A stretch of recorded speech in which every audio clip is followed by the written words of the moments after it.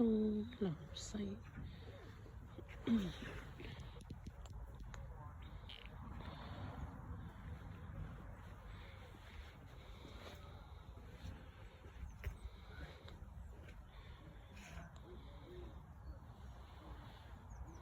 大家有冇發現咗呢棵 Ramping Rose 有啲唔同啲葉？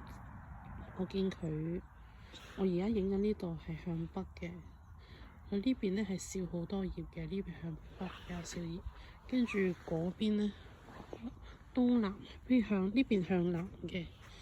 咁而家北邊冇乜葉啦，向南都有多啲葉。呢向西嗰邊咧係好多葉，勁呢邊係向西嘅係好多葉，即係佢同一棵嘢唔同方向受陽光都啲葉都爭好遠。你見佢都係而家都冇除葉。係頭先同個職員有傾開，佢哋1月就開始已經係幫啲玫瑰去大剪同埋去除晒樹上邊所有葉㗎啦。咁我都有問佢呢個問題，咁有啲人話等2月先去除葉，咁1月又除葉，咁究竟係點啲邊個月份為之啱呢？咁佢因為佢哋呢度呢，你睇個花園有幾大？係好大嘅，咁佢哋人手應該都有限。我呢度影到一小部分，佢人手有限啊，咁佢哋就要早啲1月開始就已經開始去大剪，再加除葉咁樣咯。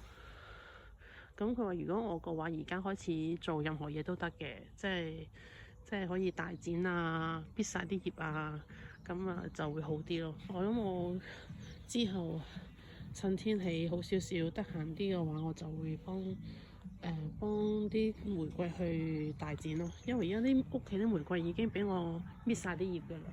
跟當我做晒搣晒啲葉之後呢，我又聽到啲信息話要等到二月先好去好大剪喎，咁樣。因為佢話2月等大剪完呢，咁佢會生翻啲花苞出嚟呢。咁如果咁一次落雪呢，係會凍死啲花苞嘛，所以嗰次我係好驚啦，死啦！我已經搣晒啲葉喎，咁我再落雪會整死晒我啲花苞㗎，跟住勁惆悵。跟後尾同嗰個職員傾咗一陣，佢話其實唔使驚嘅，都 OK 嘅咁樣。你睇職員已經喺度修剪緊啲爬藤植物啦，爬藤玫瑰啦，有3個職員喺度好努力咁剪緊。